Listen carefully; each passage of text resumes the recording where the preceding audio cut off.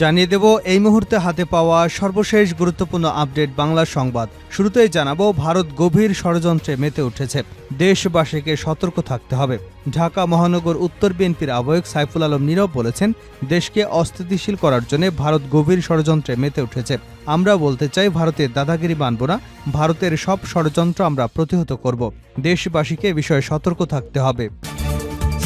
এবারে জানাবো, সীমান্তে পিঠ প্রদর্শন করবেন না বিজেপিকে স্বরাষ্ট্র উপদেষ্টা।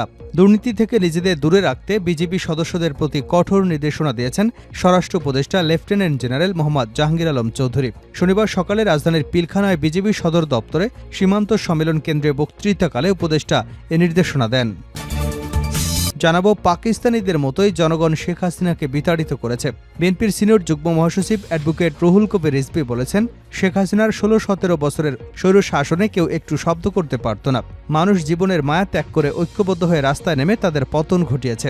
যেমনিভাবে ব্রিটিশদের তাড়িয়েছে 1971 সালে পাকিস্তানিদের তাড়িয়েছে, ঠিক তেমনি 5 অগাস্ট শেখ হাসিনাকে দেশ থেকে বিতাড়িত করেছে। এদিকে ওবায়দুল কাদেরকে 48 ঘণ্টার মধ্যে আটকের দাবি। গণঅধিকার পরিষদ নোয়াখালী জেলার প্রতিনিধি সভায় ওবায়দুল কাদেরকে 48 ঘণ্টার মধ্যে আটকের দাবি জানানো হয়েছে। জানিয়ে দেব, মাস্তান চাঁদাবাজ দখলদারদের জায়গা বিএনপিতে নেই। বিএনপির স্থায়ী কমিটির সদস্য আমির খসরু মাহমুদ চৌধুরী বলেছেন, মাস্তান চাঁদাবাজ দখলদারদের জায়গা বিএনপিতে নেই। আগামীর রাজনীতি হবে নতুন প্রজন্মের প্রত্যাশা পূরণে। শনিবার দুপুরে খাগড়াছড়ির দীঘিনালা ছোট মেরুং উচ্চ বিদ্যালয় মাঠে আয়োজিত কেন্দ্রীয় স্বেচ্ছাসেবক দলের ত্রাণ বিতরণ অনুষ্ঠানে তিনি এসব কথা বলেন। এবং সর্বশেষ জানাবো আন্তর্জাতিক সংবাদ। মণিপুরের সংঘর্ষে নিহত 6, আকাশে উঠছে ড্রোন, আরও হামলার আশঙ্কা। ভারতের উত্তর পূর্বাঞ্চলে মণিপুর রাজ্যে জিরিবাম ও বিষ্ণুপুর জেলায় একের পর এক ড্রোন ও রকেট হামলার ঘটনায় তীব্র আতঙ্ক ছড়িয়ে পড়েছে। এসব হামলা গোলাগুলির ঘটনায় অন্তত 6 জন নিহত হয়েছেন এবং বেশ কয়েকজন আহত হয়েছেন। স্থানীয় বাসিন্দারা জানান, আকাশে ক্রমাগত ড্রোন উঠতে দেখে তারা চরম ভীতিকর পরিস্থিতিতে আছেন। ভারতের রাষ্ট্রায়ত্ত বার্তা সংস্থা প্রেস ট্রাস্ট অব ইন্ডিয়াকে স্থানীয় কর্মকর্তারা জানান, শুক্রবার রাতে বিষ্ণুপুর এবং ইম্ফল পূর্ব জেলায় বহু ড্রোন দেখা গেছে, যা বাসিন্দাদের মধ্যে চরম আতঙ্ক সৃষ্টি করেছে। এতক্ষণ শিরোনাম শুনছিলেন, এবার বিস্তারিত। প্রিয় দর্শক, আপনি যদি এই চ্যানেলে নতুন হয়ে থাকেন, ভিডিওটি দেখতে দেখতে চ্যানেলটি সাবস্ক্রাইব করে আমাদের সঙ্গে থাকুন। আর এই ভিডিও সম্পর্কে আপনি আপনার মূল্যবান মতামতটি কমেন্ট বক্সে জানিয়ে দিন। আর হ্যাঁ প্রিয় দর্শক, জানিয়ে দিন ভিডিওটি কোথা থেকে দেখছেন। ভারত গভীর ষড়যন্ত্রে মেতে উঠেছে, দেশবাসীকে সতর্ক থাকতে হবে। ঢাকা মহানগর উত্তর বিএনপির আহ্বায়ক সাইফুল আলম নীরব বলেছেন, দেশকে অস্থিতিশীল করার জন্য ভারত গভীরভাবে ষড়যন্ত্রে মেতে উঠেছে। আমরা বলতে চাই, ভারতের দাদাগিরি মানব না, ভারতের সব ষড়যন্ত্র আমরা প্রতিহত করব। দেশবাসীকে এ বিষয়ে সতর্ক থাকতে হবে।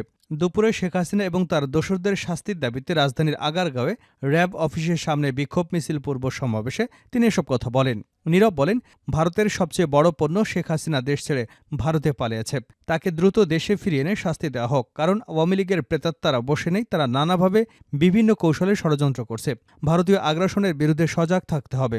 5 অগাস্ট স্বৈরাচার শেখ হাসিনার বিদায় হলেও তাদের প্রেতাত্মারা এখনও চক্রান্ত করছে। তিনি বলেন, বিগত ফ্যাসিস্ট সরকার গত 1.5 যুগ ধরে বিরোধী মতের লাখ লাখ মানুষের উপর হত্যা, গুম, জুলুম, নির্যাতন চালিয়েছে। এই জুলুমের সবচেয়ে বড় শিকার হয়েছে বিএনপি নেতাকর্মীরা। নীরব আরও বলেন, পুরাতন জঞ্জাল নতুন প্রজন্ম সরাবে। আমরা পরিষ্কারভাবে বলতে চাই, ফ্যাসিস্ট হাসিনাকে সরিয়ে আমরা এখানে এসেছি। প্রতিবাদী তারুণ্য কাজে লাগিয়ে আমরা এগিয়ে যাব। তিনি বলেন, ছাত্র জনতার সাধারণ জনগণ সবাই মিলে রক্ত দিয়ে তুমুল আন্দোলনের মধ্য দিয়ে ফ্যাসিবাদ সরকারকে শুধু পতনই করেনি, লণ্ডভণ্ড করে দিয়েছে। এই আন্দোলন হয়েছিল বাংলাদেশের মানুষের একটি নতুন প্রেক্ষাপট দেওয়ার জন্য। আমাদের নেতা তারেক রহমান নির্দেশ আছে, যদি দলের কেউ কোনো চাঁদাবাজি, নাশকতা, অপরাধমূলক কাজের সঙ্গে জড়িত থাকেন, তার দায়ভার দল নেবে না। অপরাধী যত বড় নেতাই হোক না কেন, তাকে দল থেকে আজীবনের জন্য বহিষ্কার করা হবে। এমন কোনো কাজ করা যাবে না যে জনগণের আস্থা নষ্ট করে দলের ভাবমূর্তি নষ্ট হয়। সীমান্তে পিঠ প্রদর্শন করবে না বিজেপিকে স্বরাষ্ট্র উপদেষ্টা। দুর্নীতি থেকে নিজেদের দূরে রাখতে বিজেপি সদস্যদের প্রতি কঠোর নির্দেশনা দিয়েছেন স্বরাষ্ট্র উপদেষ্টা লেফটেন্যান্ট জেনারেল মোহাম্মদ জাহাঙ্গীর আলম চৌধুরী।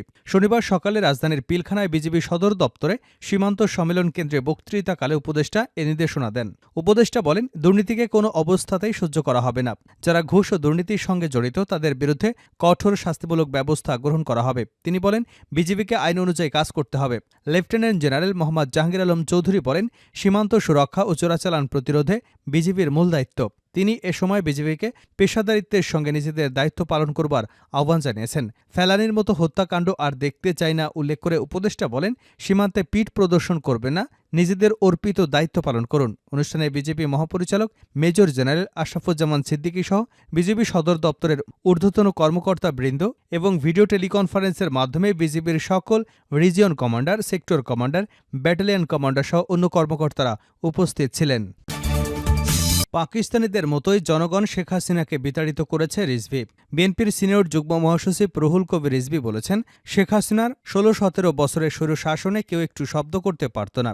মানুষ জীবনের মায়া ত্যাগ করে ঐক্যবদ্ধ হয়ে রাস্তায় নেমে তাদের পতন ঘটিয়েছে। যেমনিভাবে ব্রিটিশদের তাড়িয়েছে, ১৯৭১ সালে পাকিস্তানিদের তাড়িয়েছে, ঠিক তেমনি ৫ই অগাস্ট শেখ হাসিনাকে দেশ থেকে বিতাড়িত করেছে। শনিবার নর্থ-ইস্ট অ্যাসোসিয়েশন অব বাংলাদেশের ২১তম প্রতিষ্ঠা বার্ষিকী উপলক্ষে শেরেবাংলা নগরে সাবেক রাষ্ট্রপতি জিয়াউর রহমানের মাজারে পুষ্পার্ঘ্য অর্পণ শেষে তিনি এসব কথা বলেন।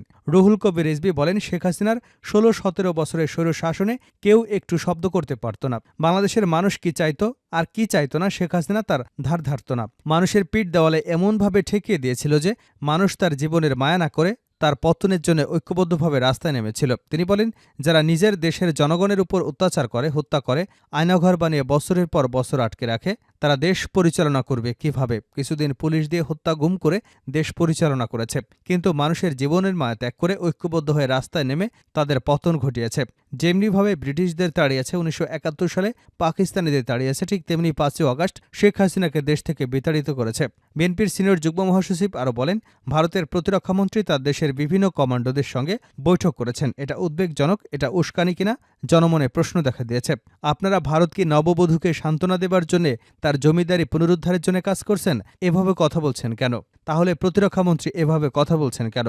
ভারতের উদ্দেশ্যে প্রশ্ন রেখে তিনি বলেন, বাংলাদেশের জনগণ দেশ থেকে এক দানবকে তাড়িয়ে মুক্ত বাতাসে চলাফেরা করছে। আমি যে গ্রেপ্তার হতে পারি, গুম হতে পারি, এ শঙ্কা আর নেই। এখন মানুষ স্বাধীনভাবে চলাফেরা করছে, শান্তিতে ঘুমাতে পারছে। এটা কি আপনারা চাচ্ছেন না? বাংলাদেশের জনগণ ফিরে আসুক, মানুষ শান্তিতে থাকুক। এটা কি ভারতের নীতি নির্ধারকরা পছন্দ করেন না? শেখ হাসিনার আজ বাংলাদেশে নেই, এই কষ্ট কি ভারতের নীতি নির্ধারকরা মেনে নিতে পারছেন না? আমরা যেমন ভারতের স্বাধীনতার সার্বভৌমত্বকে শ্রদ্ধা করি, ভারতেরও উচিত আমাদের স্বাধীনতার সার্বভৌমত্বকে শ্রদ্ধা করা। ভারতের উদ্দেশ্যে তিনি আরও বলেন, কোনো দল বা ব্যক্তির প্রতি যদি আপনাদের যোগাযোগ থাকে, তাহলে বাংলাদেশের মানুষ এটাকে ভালোভাবে নেবে না। বাংলাদেশের জনগণ যেমন দীর্ঘদিন ধরে নির্যাতন সহ্য করতে পারে, তেমনি বিদেশি হানাদারদের বিরুদ্ধে ঐক্যবদ্ধ এবং তেজ দেখাতে জানে। বাংলাদেশ একটি বীরের জাতি, এটা আপনাদের মাথার মধ্যে কিন্তু রাখতে হবে। ওবায়দুল কাদেরকে ৪৮ ঘণ্টার মধ্যে আটকের দাবি। গণ অধিকার পরিষদ নোয়াখালী জেলার প্রতিনিধি সভায় ওবায়দুল কাদেরকে ৪৮ ঘণ্টার মধ্যে আটকের দাবি জানানো হয়েছে।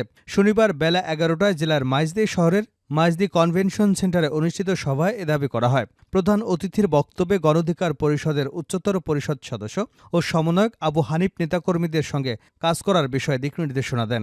তিনি বলেন, তরুণদের দেশ গঠনে এগিয়ে আসতে হবে, শিক্ষিত এবং সচেতন মানুষকে রাজনীতিতে যুক্ত হতে হবে। রাজনীতির গুণগত পরিবর্তনের জন্য কোনো বিকল্প নেই। আবু হানিফ বলেন, ওবায়দুল কাদের নোয়াখালী সন্তান, তার নির্দেশেই প্রথম ছাত্রলীগ আন্দোলনরত শিক্ষার্থীদের উপর হামলা করে। তারপর থেকেই বিভিন্ন জায়গায় হামলা শুরু হয়। ওবায়দুল কাদেরকে ৪৮ ঘণ্টার মধ্যে আটকের দাবি জানিয়েছেন তারা। তিনি আরও বলেন, ছাত্র জনতার আন্দোলনে যারা হামলা করেছিল, যারা নির্দেশ দিয়েছিল, সবাইকে বিচারের মুখোমুখি করতে হবে। একজনকেও ছাড় দেওয়া যাবে না। দেশের মানুষ যেন শান্তিতে বসবাস করতে পারে, তাই ছাত্র সমাজকে সব সময় সজাগ থাকতে হবে। নোয়াখালীতে বিগত সময়ে আওয়ামী লীগের যেসব নেতাকর্মী মানুষের উপর হামলা, লুটপাট এবং দখলদারিত্ব করেছে, তাদের নামে মামলা করতে বলেন তিনি। দলের উচ্চতর পরিষদের সদস্য, আমাদের যখন আওয়ামী লীগ হামলা করত তখন আমরা লজ্জা পেতাম না, কারণ আমরা কোনো অন্যায় করিনি। এখন আওয়ামী লীগ নেতারা বোরকা পরে নিজেদের নানাভাবে পরিবর্তন করে পালানোর চেষ্টা করছে। একসময় নোয়াখালীর হাতিয়ায় এমপি বলেছিলেন, হাতিয়াতে তার উপর কথা বলার কেউ থাকবে না। এখন সবাই আছে, শুধু তাদের আপা আর তারা পালিয়ে গেছে। দেশে এক দখলদারকে সরিয়ে আরেক দখলদারকে জনগণ দেখতে চায় না। তাই যারা দখলদারিত্বের কথা ভাবছেন তারা সাবধান হয়ে যান।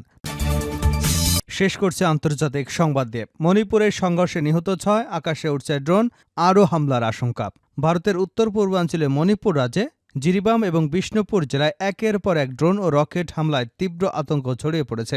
এসব হামলা গোলাগুলির ঘটনায় অন্তত ৬ জন নিহত এবং কয়েকজন আহত হয়েছেন। স্থানীয় বাসিন্দারা জানান, আকাশে ক্রমাগত ড্রোন উঠতে দেখে তারা চরম ভীতিকর পরিস্থিতিতে আছে।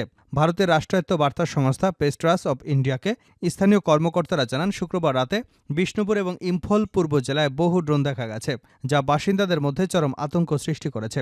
এমনকি পরিস্থিতি এতটাই ভয়াবহ হয়ে উঠেছিল যে এই দুই জেলার বাসিন্দারা বাড়িঘরে লাইট বন্ধ করে দেন এবং কেউই রাতে বাইরে বের হওয়ার সাহস করতে পারেননি।